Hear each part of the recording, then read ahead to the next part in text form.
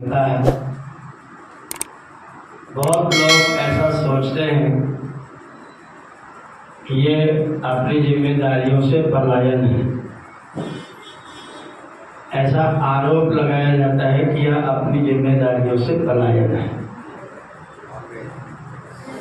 भागना है। आप एक प्रश्न पर विचार करें कि हमारी जिम्मेदारियां क्या हैं।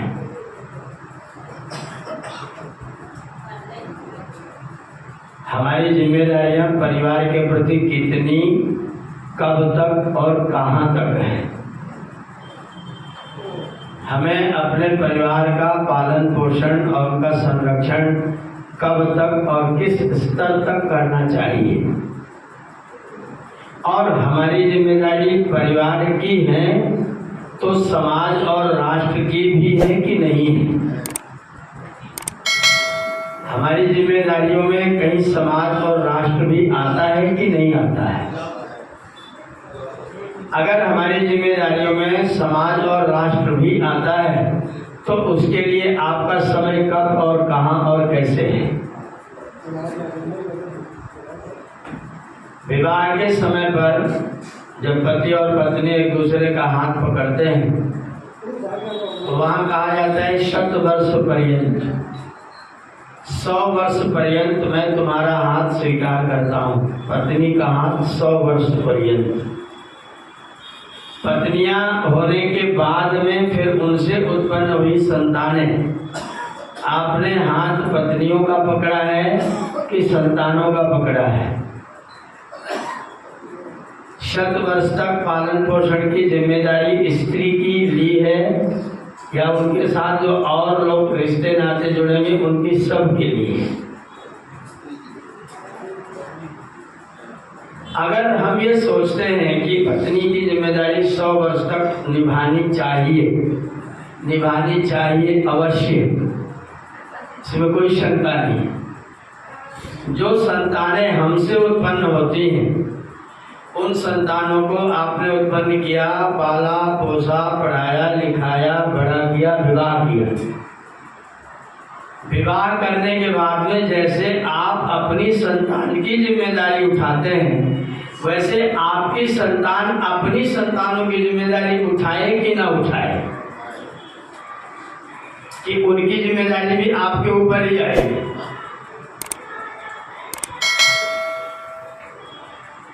जो हमारी संतान हुई है उसकी जो संतान होगी उसकी जिम्मेदारी वो संतान उठाए और मेरी संतान की जिम्मेदारी मैंने उठा ली। जब मेरी संतान की भी संतान हो गई तो अपनी संतान की जिम्मेदारी क्रॉस होकर के मैं उठाऊं, एक पीढ़ी पूरी पार करके। और अगर छोड़ दूं तो मैं पलायनवादी हो जाऊं, न्याय है। आप किसी दूसरे की जिम्मेदारी क्यों ओढ़ते हैं? उनकी जिम्मेदारी उनको भी ओढ़ने दीजिए। एक बात और जान लीजिए, यह निश्चित है कि एक दिन आपको शरीर और परिवार सबको छोड़ के जाना होगा। हम में से कोई भी व्यक्ति यहाँ सदा रहने वाला कोई हो तो हाथ उठा देना। कोई ऐसा हो जो सदा रहने की जुगाड़ में हो तो मुझे बता देना, मैं उनकी कुछ दिन सेवा करूंगा, उनसे थोड़ा आशीर्वाद लूंगा। मैं भी ज़्यादा समय तक रहने की चेष्टा करूंगा। हमारे सामने अनेकों लोग जा चुके, हमसे बाद में आने वाले भी चले गए। 2 4 6 तो मेरे विद्यार्थी जिनको मैंने पढ़ाया, जिनकी मैंने नाक पोंछी, जिनके मैंने कपड़े धोए, वो मेरे देखते देखते चले गए। मैंने उनको पढ़ाया और उनकी अंत्येष्टि में भी मैं सम्मिलित हुआ। उनके परिवार के लिए कुछ कहते नहीं बनता था, लेकिन मुझसे बाद में आए और मुझसे पहले चले गए। मुझसे पहले भी बहुत लोग आए थे, वो भी चले गए। मुझसे बाद में आए, वो भी चले गए। चले तो गए और यह निश्चित है कि सबको जाना है, कोई भी यहाँ रहने वाला नहीं है। हम लोग इस दुनिया के निवासी नहीं हैं। आप अपने मकान पर लिखे रखिए निवासी अमुक अमुक अमुक, लेकिन हम आप निवासी नहीं हैं, हम सब के सब प्रवासी हैं। हम में से कोई व्यक्ति निवासी नहीं है। अगर आप अपने जीते जी जब तक कल्पना करें कि एक व्यक्ति 90 साल तक जिया, वह जब 30 साल का था तब उनके पुत्र की उत्पत्ति हुई थी। 20-25 में हो जाता है तो 30 मान लेगा।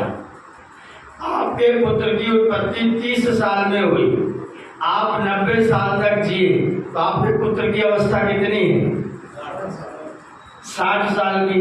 उस 60 साल के पुत्र को आप आज तक नालायक मानते हैं। आप ये मानते कि अगर मैं इसको छोड़ दूंगा तो इसका सब सत्यानाश हो जाएगा, इसके बेटे बेटियों का विवाह ये नहीं कर सकता, इतना बड़ा मूर्ख है। तो आपने अपने 90 साल की जीवन में किया क्या है?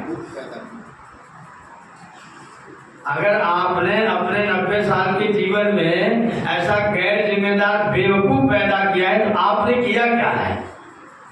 आप हैं किस मर्ज की दवा? आपको क्या कहा जाए? जब आपका बच्चा 30 साल का हो गया, उसके भी बच्चा हो गया, तो आपको 30 साल पहले अपनी जिम्मेदारी से अपने आप को अलग कर लेना चाहिए था। एक बात और सोचिए, ज्यादा जिम्मेदारी ओढ़ने में सुख होता है कि दुख होता है? अपना अनुभव बताइएगा।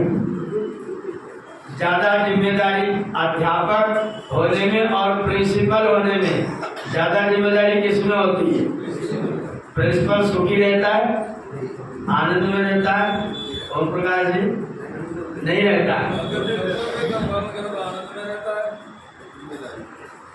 अगर वो जिम्मेदारी नहीं सौंपता और खुद सोचता है मैं सब कुछ करूंगा, तो कितना करेगा?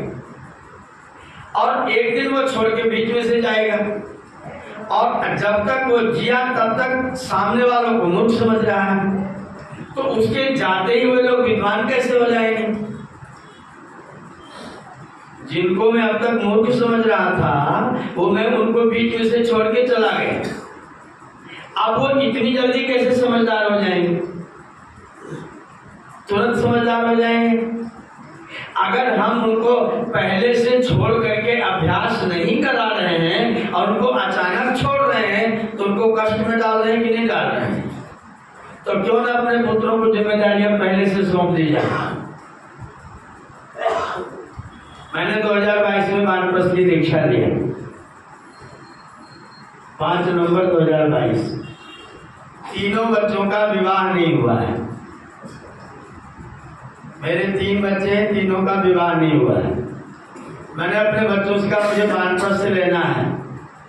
बच्चों ने एक स्वर का पिताजी जैसी आपकी इच्छा।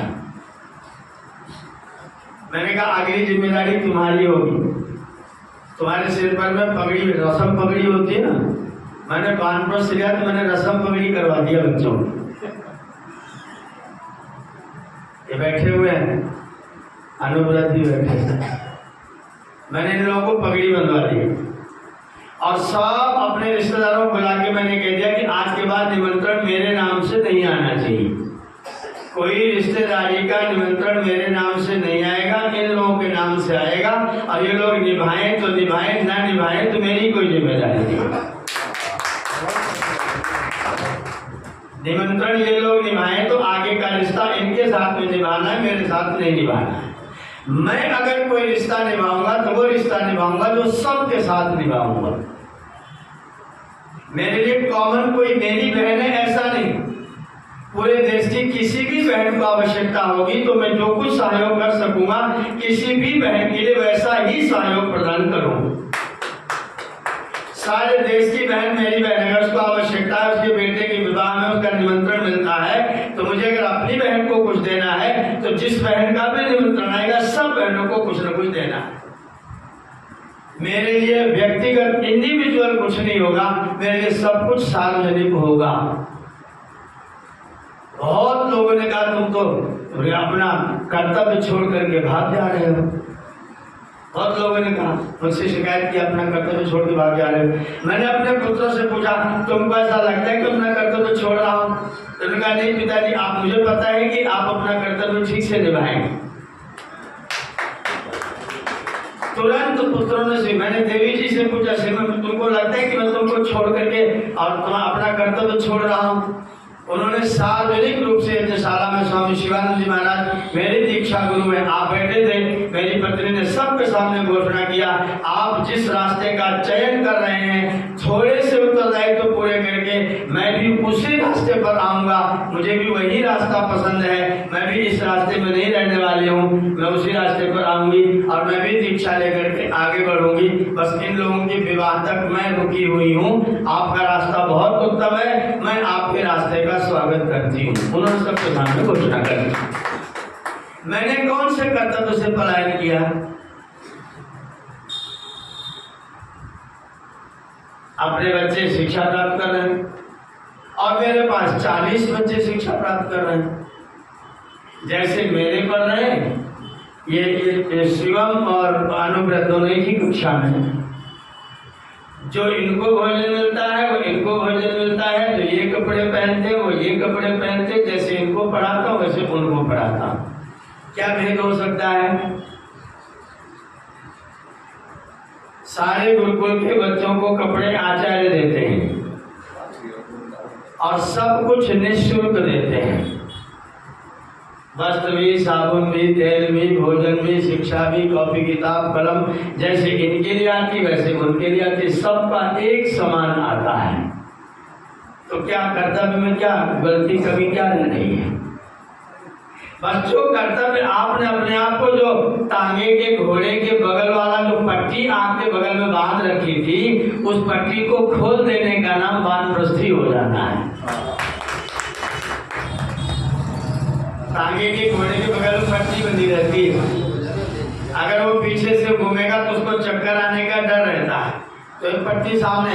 आप अपने पुत्रों को देखते हैं, बाकी पुत्र आपके पुत्र नहीं है क्या? तो सभी पुत्रों को अपना पुत्र मान लीजिए, वानप्रस्थ हो गए, और एक पुत्र को पुत्र मानिए, गृहस्थ हो गए। तो वानप्रस्थ होने में तो बड़े हो रहे, छोटे हो रहे, कोई भी कर्तव्य नहीं छूटता, सारे कर्तव्य करने हैं, लेकिन सार्वजनिक हो जाना है, व्यक्तिगत नहीं रहना है। जो चीजें आपको दुखी करती, मैं विवाहों में जाता था, वहां डीजे बजता था, मैं कुर्सी लेकर के बूढ़े बूढ़े लोगों के पास जाके बैठता था, उनसे पूछता था, आपको ये बाजा कैसा लग रहा है? एक भी बूढ़े ने कहा बहुत मजा आ रहा है। सब कहते धक धक धक धक हो रहा है, कान फाड़ दे रहा है, लाइट आंखें फोड़ रही हैं। उस बाजे में जाने के लिए हम वृद्ध लोग क्यों मजबूर है भैया? मैंने उनसे पूछा, क्यों आए बारात में? बोले बच्चों की बात माननी पड़ती है। मैंने कहा, बच्चों को आपकी क्यों नहीं माननी पड़ती है? आप मजबूर क्यों हुए?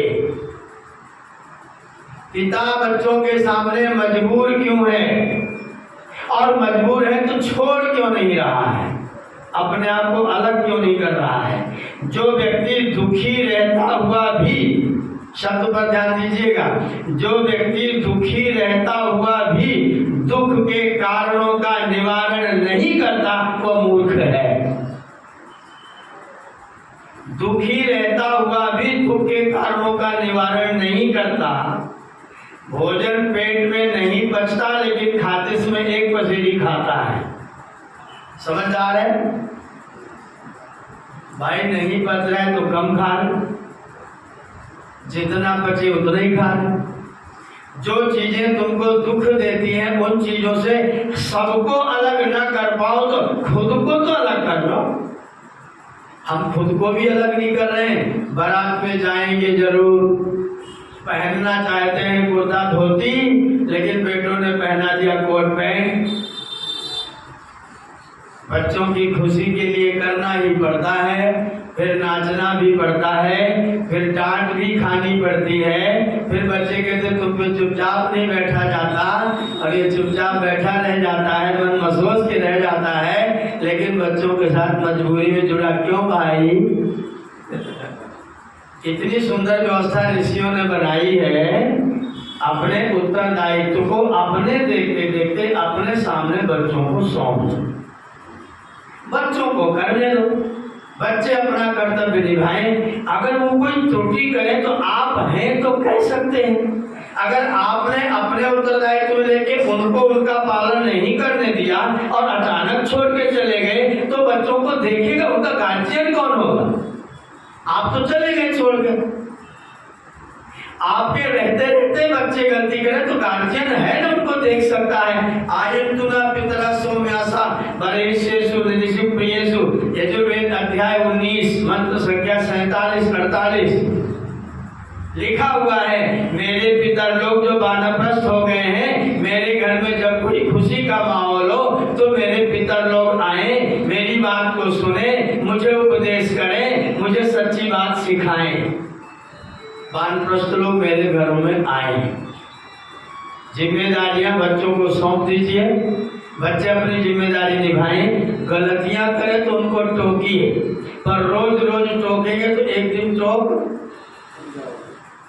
बेकार हो जाएगी, इसलिए रोज न टोकिए। बस मौके की बात थोड़ी सी कह करके, बेटा मैंने अपनी बात कह दी, इसके बाद आपकी अपनी इच्छा, मानते हो तो बहुत बहुत धन्यवाद है, नहीं मानोगे तो मैं दुखी होने वाला क्यों? क्योंकि जैसे तुम मेरे पुत्र हो वैसे मेरे और अनेक पुत्र हैं, तुम नहीं मानोगे, मैं मानने वाले पुत्रों को जाकर के कह लूंगा, कहना मेरा स्वभाव है, मैं कहूंगा तुम नहीं मानोगे, किसी और पुत्र को जाके कह लूंगा, वो मानेगा। एक को ही कहोगे तो दुखी होगा, और सबको कहो तो वो सोचेगा मेरे को उपदेश करने बहुत अच्छी बात है। कल रात हो गई थी, लेट हो गए थे, आदरणीय प्रधान जी ने कहा कि अब आपको रहने देते हैं, लेकिन आप लोगों ने क्या कहा? नहीं, हम तो सुनेंगे। अच्छा, एक कोई बार बार सुनाओ कहेगा आप तो चुप रहो, और नया नया सुनाओ तो नए लोग कहते और सुनाओ, तो वहां सुनाओ ना जहाँ और सुनाओ कहने को मिलता है, जहाँ न सुनाओ कहने को मिले वहां क्यों सुनाओ? वानप्रस्थ संन्यास आश्रम आपको सुखी करने के लिए लिया जाता है। अपने उत्तरदायित्व को अपने कंधे से उतार के दूसरे को उत्तरदायित्व सौंपने का नाम वानप्रस्थ होना है। घर छोड़ के भग जाना नहीं, कर्तव्य छोड़ के भग जाना नहीं, कर्तव्यों का पालन करिए, लेकिन जो चीजें आपको दुखी कर रही हैं, कितने वृद्ध लोग हैं जिनके घरों में पुत्र और पुत्र वधुएं उनके स्वास्थ्य के अनुकूल, उनके लायक बिना मसाले की सब्जी अलग बना के खिलाते हैं।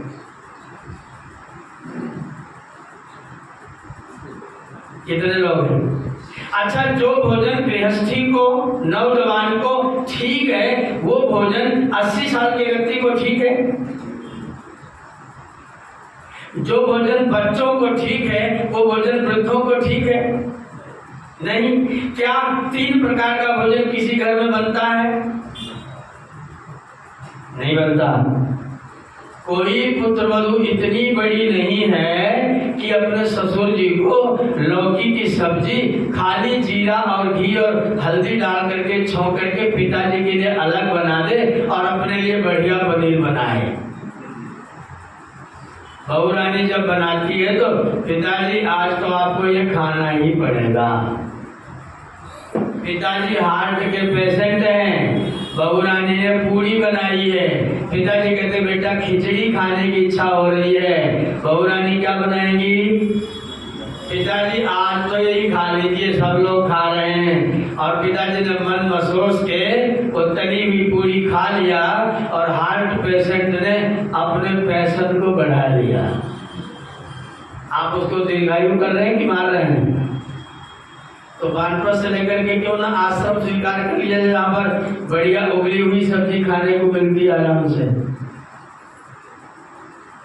श्रुति सर जी, गुरुकुल में आराम से बढ़िया बड़ी बनाई सब्जी, गुरुकुल में जिसमें कोई मसाला ज्यादा नहीं होता है, वो सब्जी क्यों न खाया जाए। घरों में पिताजी लोग कहें कि हमारे लिए नाश्ते में दलिया बना दो और बहू रानी को ब्रेड पकौड़ा खाना है, सवेरे सवेरे पकौड़ा और जलेबी नाश्ते में बाजार से मंगानी है, क्योंकि देर से उठे हैं, बनाएंगे तो बहुत टाइम लगेगा।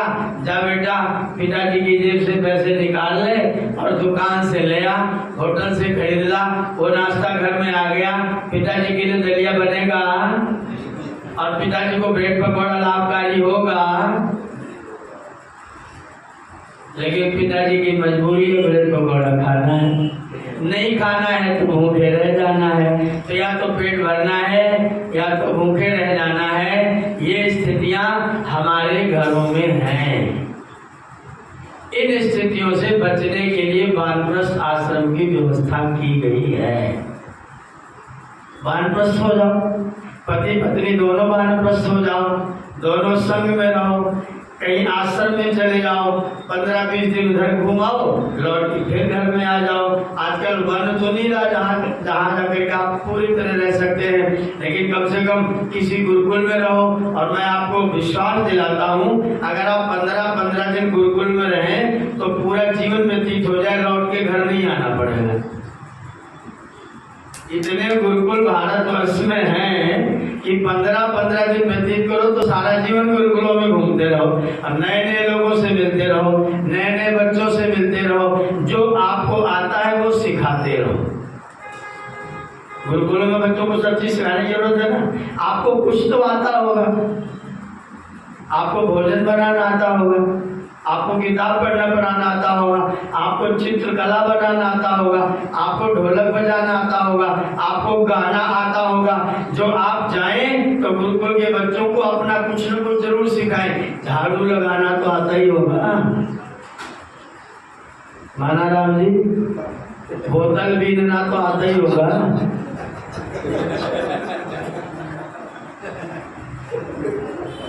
कूड़ा तो दूर करना आता होगा।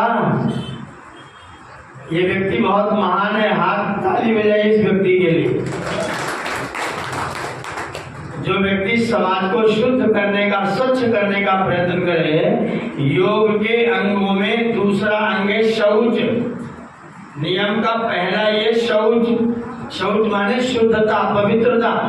अगर कोई व्यक्ति पवित्रता कर रहा है, झाड़ू लगा रहा है, तो वह व्यक्ति योग के दूसरे अंग का अनुष्ठान कर रहा है। योगी है कि नहीं है? आप कहोगे तुम तो कूड़ा बीनते हो तो बड़ी गलती करते हो। ये योगी का काम है, सबके बस की बात नहीं है। स्वच्छता करना योगी का काम है। शौच नियम का पहला अंग है और नियम योग का दूसरा नियम है। दूसरे अंग योगांग का अनुष्ठान कोई व्यक्ति सफाई करता है तो करता है। आपको सफाई करना तो आता है ना, तो बच्चों को जाके वही सफाई करना सिखा दो। बेटे ऐसे साफ रहा करो, ऐसे स्वच्छ रहा करो।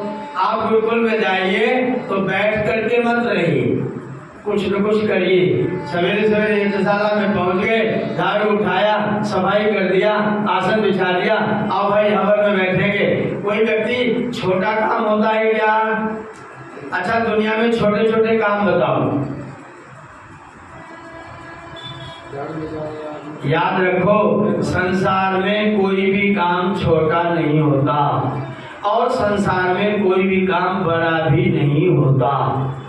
आपके विचार छोटे होते हैं तो बड़ा काम भी छोटा हो जाता है। आपके विचार छोटे होते हैं तो विचार काम छोटा, आपके विचार बड़े तो छोटा काम भी बड़ा। एक रिक्शे वाला है, एक डॉक्टर है, ध्यान दीजिएगा। एक रिक्शे वाला है, एक डॉक्टर है। शहर के पास में 4-5 किलोमीटर दूर एक गांव है। गांव में रात को एक बच्चे को कॉलेरा हुआ। 3-4 10 उल्टी के बाद बच्चा एकदम बेदम हो गया, उठने के लायक नहीं रहा। बड़ा भाई भाग करके शहर आया।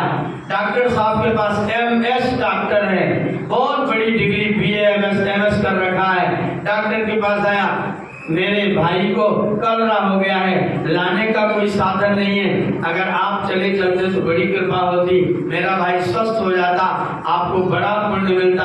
डॉक्टर साहब ने कहा देखो मैं अपने क्लिनिक पर देखता हूँ तो 200 रुपये लेता हूँ, गांव में जाऊंगा तो 500 रुपये लूंगा। उसने कहा डॉक्टर साहब 500 रुपये देंगे, आप तो चलो। डॉक्टर साहब बोले मेरा ड्राइवर घर चला गया है, लेके आने का साधन बुलाओ तो चलूंगा। इन्होंने रिक्शे वाले के पास जा कहा मेरे गांव चलना है, उसने कहा ठीक है 50 रुपये लूंगा, डॉक्टर साहब को लेकर के चलूंगा। रिक्शे वाला 50 रुपये तय किया, डॉक्टर ने 500 रुपये तय किया, दोनों गाँव में पहुंचे।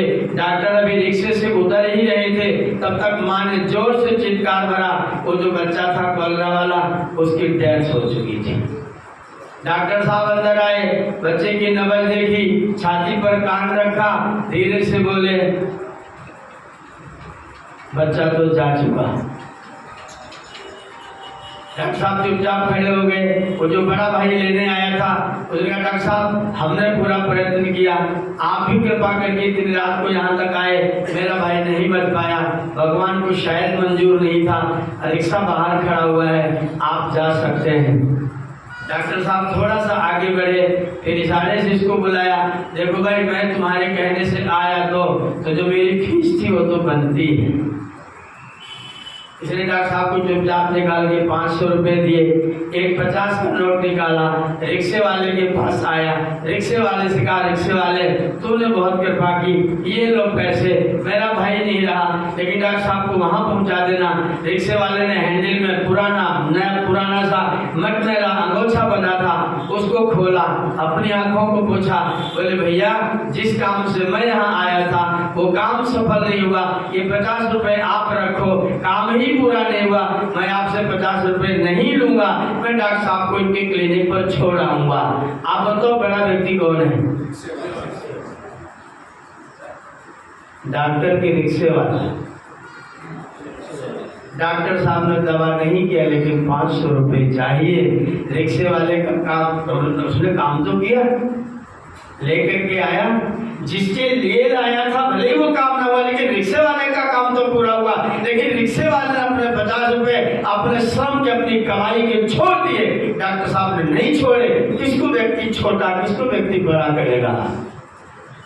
आपके विचार उत्तम है तो हर काम बड़ा है, आपके विचार निम्न कोटि के हैं, आपका हर काम छोटा है। भगवान कृष्ण की राजसूय यज्ञ में अग्र पूजा हुई थी, उन्हीं कृष्ण को जब काम बांटा गया तो बोले पैर धुलवाने का और पत्तल उठाने का काम मुझको सौंप दो।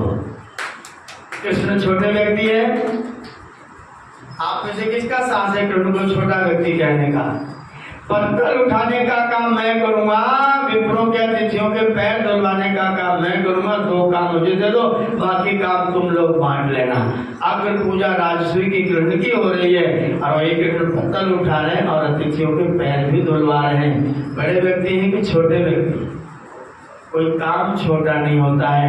आपकी भावनाएं कितनी कैसी हैं, वो भावनाएं आपको छोटा या बड़ा व्यक्ति बनाती हैं। आप किसी की सेवा करते हैं तो छोटा मत समझना अपने आप को। सेवा करना सबके बस की बात है क्या? सेवा धर्म परम गहनो योगी नाम अप्यगम्य। सेवा बड़ा विचित्र धर्म है, योगी लोगों को भी करने में बड़ी कठिनाई होती है। जो सेवा करता है वो योगी व्यक्ति है। हम अपने परिवार से थोड़ा ऊपर उठे, थोड़ा समाज का ध्यान रखें, थोड़ा राष्ट्र का ध्यान रखें, थोड़े सामाजिक बन जाएं, परिवार का दायित्व पुत्रों को सौंप करके और फिर अपने दायित्व को समाज की ओर थोड़ा सा मोड़ लें। थोड़ा समय, 1 घंटे का समय समाज के लिए, 2 घंटे का समय समाज के लिए। मैं 2 घंटे का वानप्रस्थी हूँ, मैं 2 घंटे के लिए समाज की सेवा करूंगा, बाकी टाइम अपने घर का परिवार का भी काम करूंगा। अगर ऐसे 2-2 घंटे इस देश के 135 करोड़ लोग रोज देने लग जाएं तो 270 करोड़ घंटे आपके देश को मिलते हैं। और अगर कोई व्यक्ति 2 घंटा देता हो तो देश में कुछ भी कमी, कोई खराबी बच सकती है। अगर अध्यापक अपना 1 घंटा विद्यार्थियों को ट्यूशन पढ़ाने के लिए देने लग जाए, बिना कोई धन लिए बुला करके बच्चों को पढ़ाए, तो कोई बच्चा अशिक्षित रहेगा? हम वानप्रस्थी नहीं होते हैं, इसलिए समाज में, संसार में कष्ट विद्यमान रहते हैं। ये वानप्रस्थ होना, संन्यास होना, ये भगवान वेद की आज्ञा है। कुछ समय तक गृहस्थ का पालन करो, परिवार का पालन करो। जब आपका परिवार अपने पैरों पर खड़ा हो जाए, तो ऐसे भी लोग दुनिया में हैं जो अपने पैरों पर नहीं और सब पैरों पर खड़े हो जाए, तो भी समाज को सामूहिक कार्य करने की आवश्यकता होती ही है। आप कुछ सामूहिक कार्य करने के लिए अपने आप को थोड़ा सा समय दीजिए, समाज में चले आइए। आओ भाई, समाज की उन्नति के लिए कुछ कर्म करेंगे। इसके लिए वानप्रस्थ और संन्यास की दीक्षा की व्यवस्था है। आदरणीय माता, इनको आज के बाद में आप लोग लहरा मुनि आर्य के नाम से जानेंगे। लहरा मुनि आर्य कहलाएंगे। आप इनको नाम के साथ में मुनि जोड़ देंगे और आर्या भी जोड़ देंगे, तो लहरा मुनि आर्या। और लहर तो जानते हैं क्या करती है? समुद्र की लहर सारे कचरे को जो तुम डालते हो लाके तुम्हारे पास बाहर ला देती है। एक भी कचरा सागर में रहने नहीं देती है। और लहर लेकर के आती है तो सुंदर सुगंधित वायु लेकर के आती है। तो जीवन में सुंदर सुगंधित वायु लेकर के आपका वानप्रस्थ सफल हो। आप तपस्या में आए, थोड़ा सा कभी गुरुकुल में आ जाएं, कभी आश्रम में चले आएं, स्वाध्याय और सत्संग करें। मैं मानाराम जी को निवेदन करूंगा, 2 शब्द आप कुछ कहना चाहते हैं, आप जरूर कुछ 2 शब्द व्यक्त करेंगे। हाँ, मानाराम जी।